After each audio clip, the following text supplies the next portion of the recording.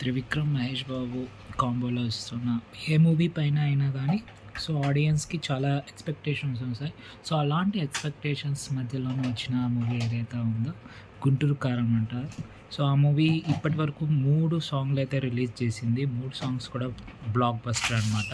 So, రీసెంట్‌గా వచ్చిన song కూడా చాలా కాంట్రోవర్సీ అయింది.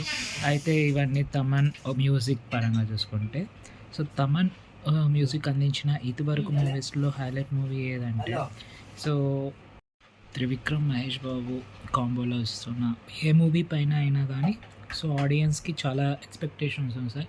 సో, అలాంటి ఎక్స్‌పెక్టేషన్స్ మధ్యలోనే వచ్చిన మూవీ ఏదైతే ఉందో 'గుంటూరు కారం' అంటారు.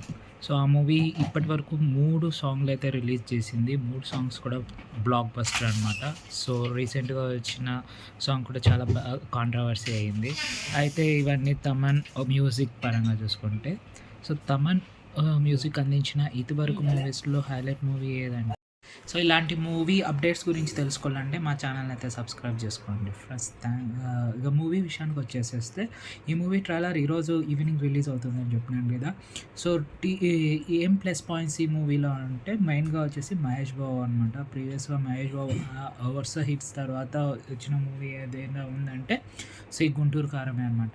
సో, 'గుంటూరు కారం' స్పెషాలిటీ ఏందంటే, డైరెక్టర్ వచ్చేసి త్రివిక్రమ్. ఇక మ్యూజిక్ వచ్చేసి తమన్. ఆఫ్టర్ 'అల వైకుంఠపురం' తర్వాత ఈ కాంబో ఏదైతే 'Harika and Hasini' and Trivikram and ఎవరైతే ఉన్నారో తమన్. సో, ఈ ముగ్గురు కాంబోలో వచ్చిన ఏకైక మూవీ. సో, దీని మీద అందరికి ఎక్స్‌పెక్టేషన్స్ ఉన్నాయి. సో, ఈ మూవీ ట్రైలర్ అయితే ఈవినింగ్ 5:30కి రిలీజ్ అవుతుంది. సో, ఇది అప్డేట్.